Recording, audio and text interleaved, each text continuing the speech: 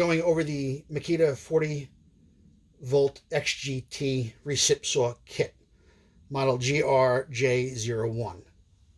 First, it comes with your Makita tool bag, which is always of good quality, 3 Makita recip saw blades, 1 4 amp hour 40 volt lithium ion battery, your Makita 40 volt quick charger, model DC40RA, and of course your Makita XGT recip saw and its features.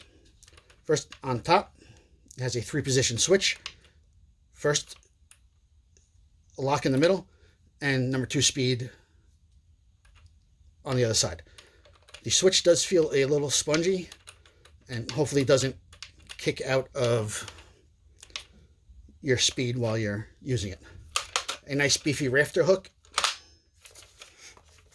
The quick blade change that is standard on all your Makita saws, and an adjustable foot for your saw.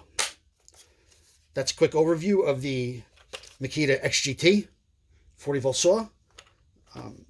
We're going to put it to use a little bit later, and hopefully we'll be able to show you that.